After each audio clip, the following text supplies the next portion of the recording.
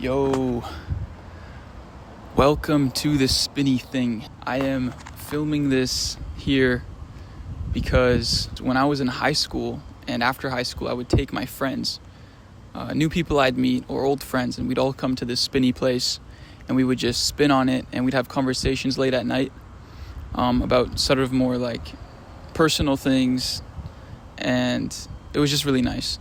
And yeah, so I'm kind of making this because I want my channel to feel like you're talking to a friend, and not sort of talking to a content creator, because I feel that's like a weird vibe. It makes like a parasocial relationship sort of vibe when I'm going for more of like a friendship vibe, community vibe, so this is like how I kind of get in the mindset of like, oh, I'm just talking to a friend, because this is a space I've talked to many friends before, and also it's a cool dynamic where you're spinning like this and stuff.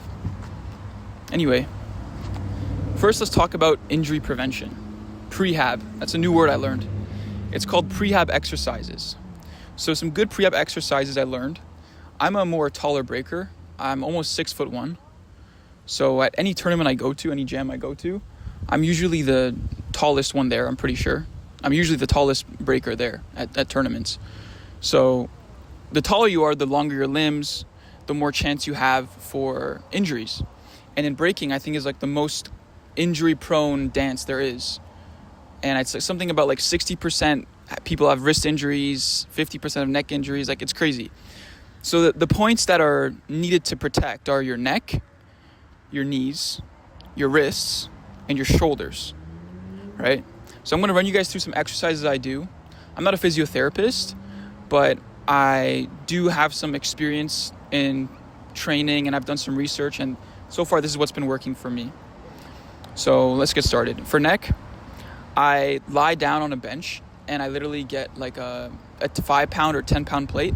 I put a beanie on my head and I rest the plate on my forehead, and I try to make sure that I'm using my hands as little as possible to hold the weight up and using my head to really hold it.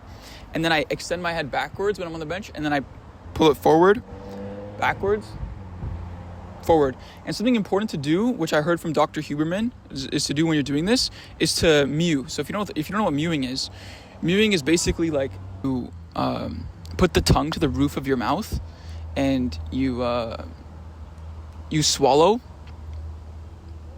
And so when you're doing it, I think it's to keep your neck in the right position to work it or something like that. But that was his suggestion. And so I do that for like 3 sets of like, I think 12 to 20 reps. So don't go so hard in low reps, because it's like your neck. It's better to be safe. Do it, I say, without weight for your warm up. And I also do the opposite way. So I lie down on my stomach and I put it in the back of my head and then I extend. I do that same thing, 12 to 20 reps. I would say don't superset these with each other, because your neck is like more risky. You should really take your time with it. Rest like 2-3 minutes. And then I do sideways. I lie on the side of my on the bench, and I put the plate and I do it sideways. These would be better with a neck harness and everything, but I don't really have one when I get a job though. So that's for neck. For knees, there's honestly so much information online about what's good for your knees and like prehab for your knees. But what I do is I basically I do these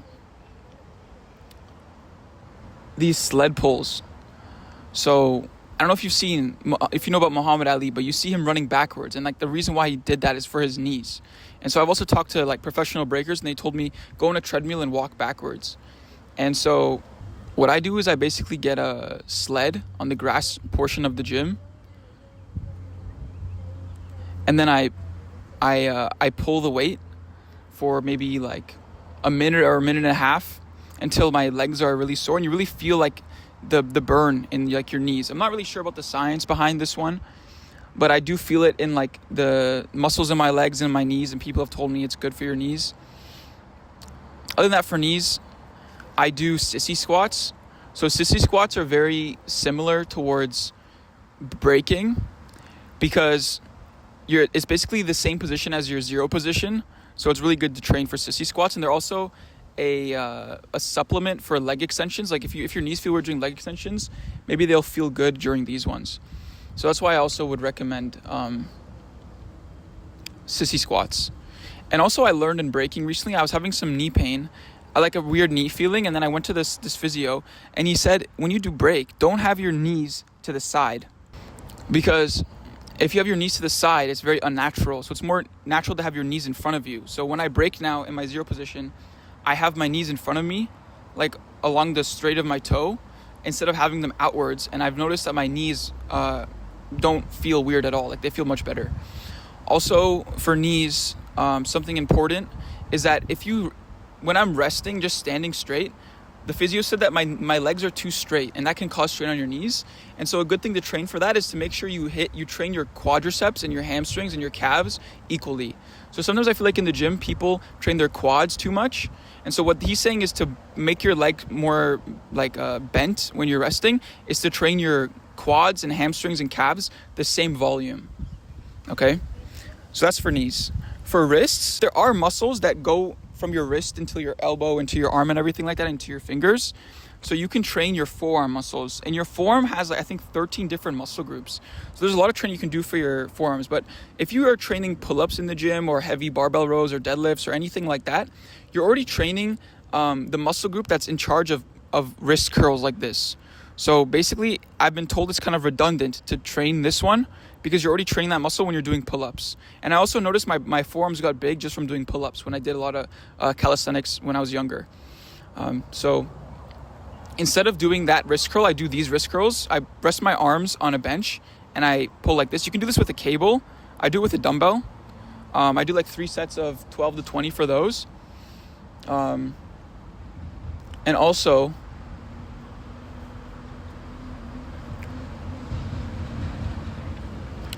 people have golfer's elbow in breaking, like they have pain here, and people who lift a lot, they have that pain as well.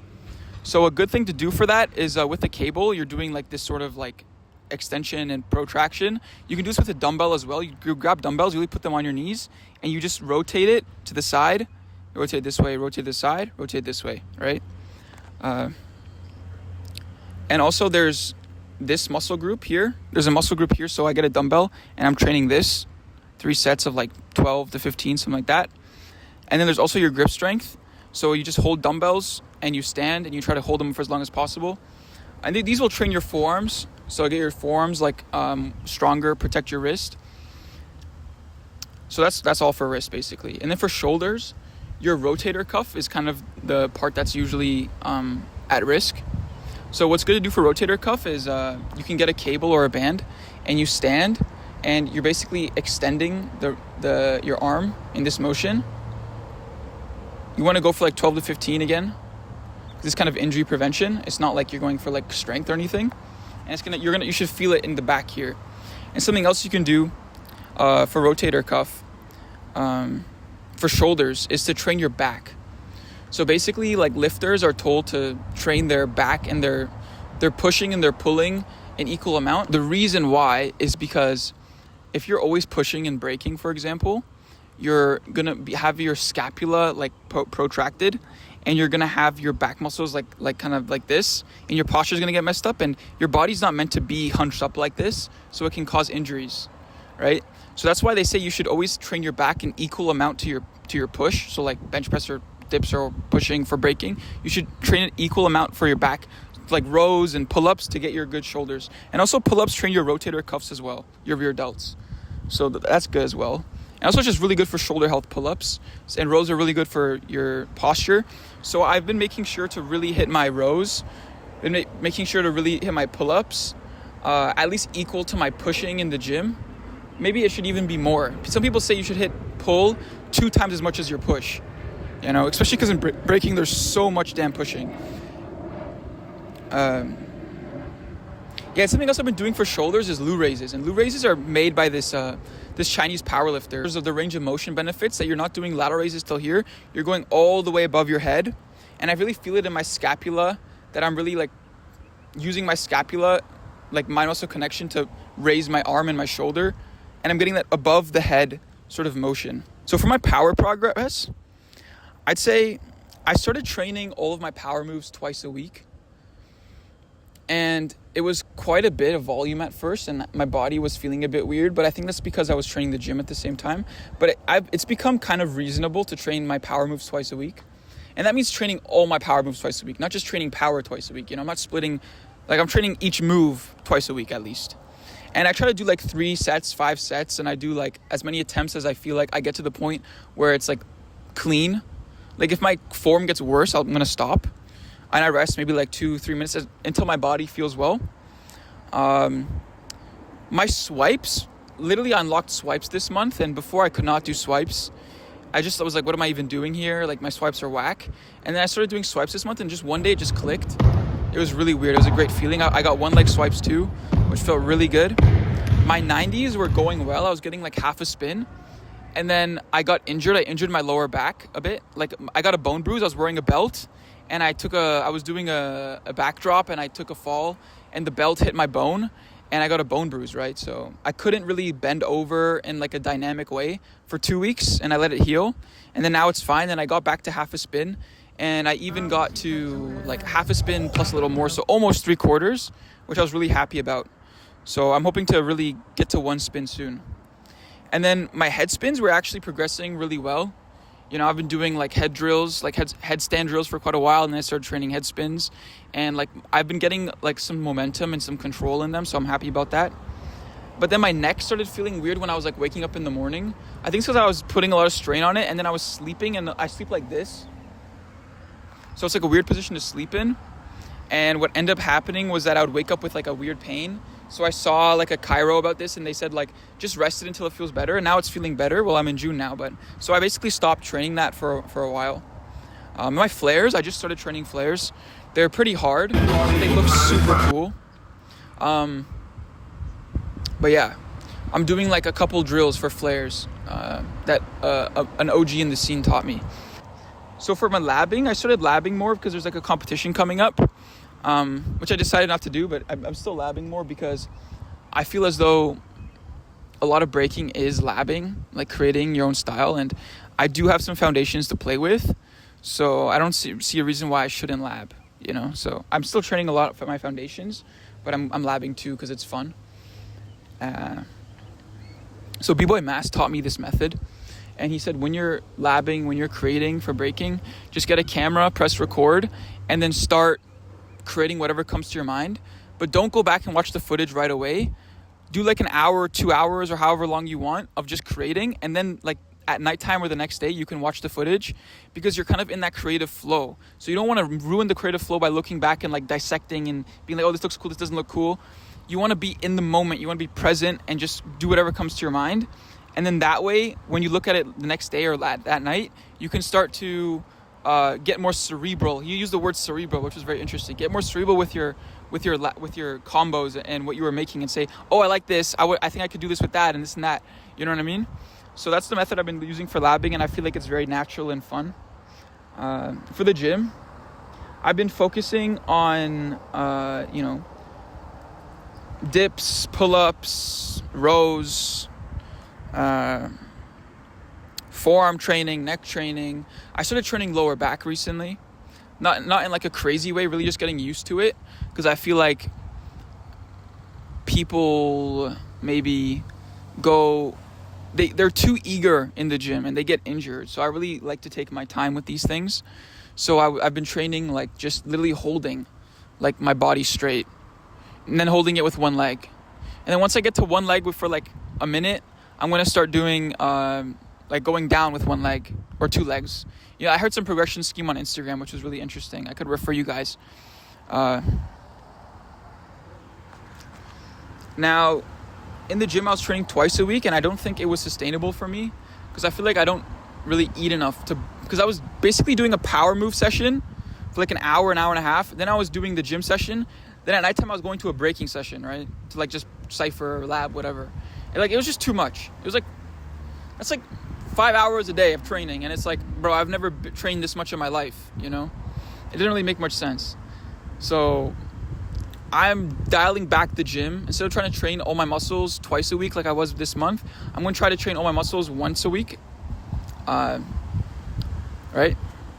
In the gym, I really try to prioritize full body movements because I feel like breaking is not you're not just working your shoulders, you're working your whole body. You're doing a handstand, like your legs are moving, stuff like this. So that's why I do like overhead press, because it's standing. You have to use your whole body kind of.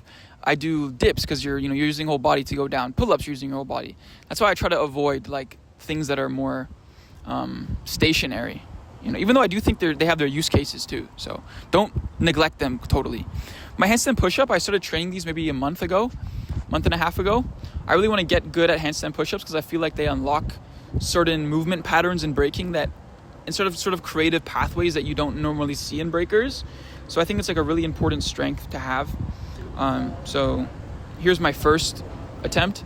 Here's my last attempt. And then philosophy. I feel like there's a lot of mental barriers when it comes to breaking. Everyone who even sees it just like, wow, that's too hard. But really, now that I've been doing it for 2 years and some months, I realized like it's not that hard. It's more just about like knowledge. It's about having the knowledge to do the things. If you have the knowledge, you can do it, And not just me, I mean like anyone can do it. If they just have the knowledge. They have the right knowledge, the right teachers, the right mentors, the right mobility, right training. They can learn these moves too. So when I got swipes, I think it was my first like clean power move, and it really broke a mental barrier for me where now I feel like I can learn the other ones. Because once you learn one, you're like, okay, I can do the other ones too. Like, what's stopping me? So now like I started training. That's why I started training flare. That's why I'm training windmill now. That's why I'm training headspin now. That's why I'm training all these things. Like I want to learn every power move I want now. And there's also this thing this OG in the scene said. His name is Tafai. He said, imagine like what moves are calling to you, and like I like to think about like, okay, windmill, do I really want this move, or are people telling me I should get this move? I'm like, okay, no, I really actually want windmill. I feel like it would be cool. Like I would like it. So that's how I stay motivated, is that I try to only do things that I genuinely want to do, because I think if you do things for the sake of other people, it's hard to be motivated consistently, and in the end you're just doing something for someone else, and like it's your own life. Why the heck would you do something for someone else when they don't care about you as much as you do? You should live the life for yourself. That's a whole philosophy in itself, honestly. People should really take that into account. Also, like the swipes help this skill that I feel is really important, which is this of going from having a vision of yourself and then actually creating it, like executing. So when it comes to making a YouTube video, it's a skill of having a vision of I want my video to be like this, and then executing. Breaking, it's like I want to learn this move, and then executing, actually learning the move. It's like teaching yourself the power of like that you can make things reality. And people say like, oh, manifesting, what I'm manifesting, whatever. It's like voodoo. It's like, no, it's not. It's like literally, it's the same thing as manifesting, where you want something and you say, I'm gonna get this, I want this, and then you actually go and do it. If you keep telling yourself I have this thing, or I want this thing, and it's on your mind, you're more prone to actually do it. And then once you've done it, you've taught yourself I can do the things I want to do. And then the more you train that, the bigger your confidence gets, the more complicated things you're going to be taking on, and just the cooler life gets, because you're more competent to do things, because you have the confidence to do them, and you have the past experiences telling you that, hey, you can do this thing, you know what I mean? So I say, yeah, like whatever vision you have for yourself in life, make a small, reasonable goal and then go out and do it, Something else is like intuition. I feel like people talk about all the good ideas they have when they go to take a shower. And it's like, well, yeah, because that's the only time you're not on your phone and you're not getting bombarded with things and you're not talking to people or whatever. It's the only time you're with yourself is when you're in the shower, right?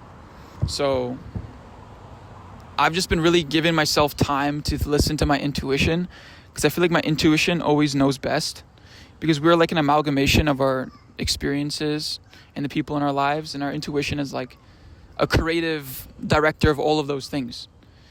And so a lot of the time the answers we seek are like within ourselves, and giving yourself the time, whether it just be like going on a walk or talking to people about your problems or talking to people about your goals or whatever have you, journaling, whatever you want, just give yourself some time for your intuition to come out. Because I've really realized recently that I don't really need to learn new things when it comes to philosophy and these sort of things as much.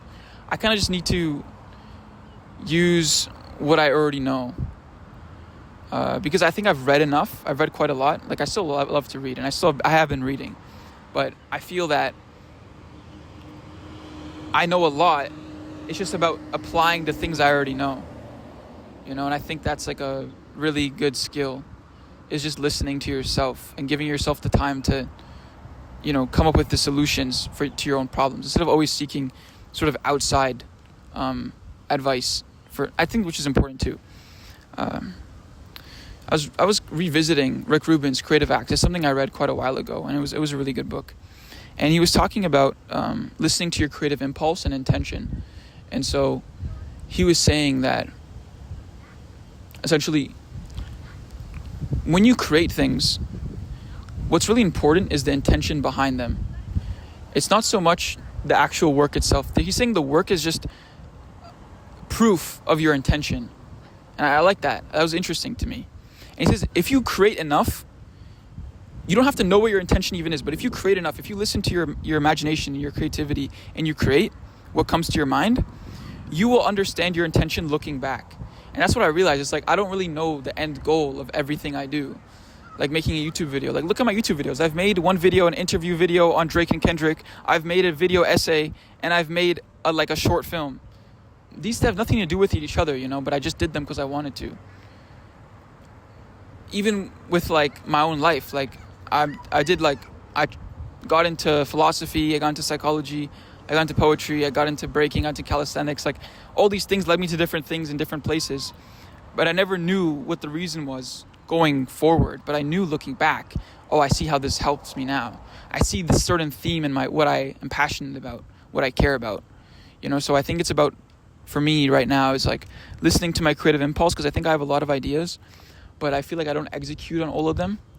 I just need to make it a priority to execute.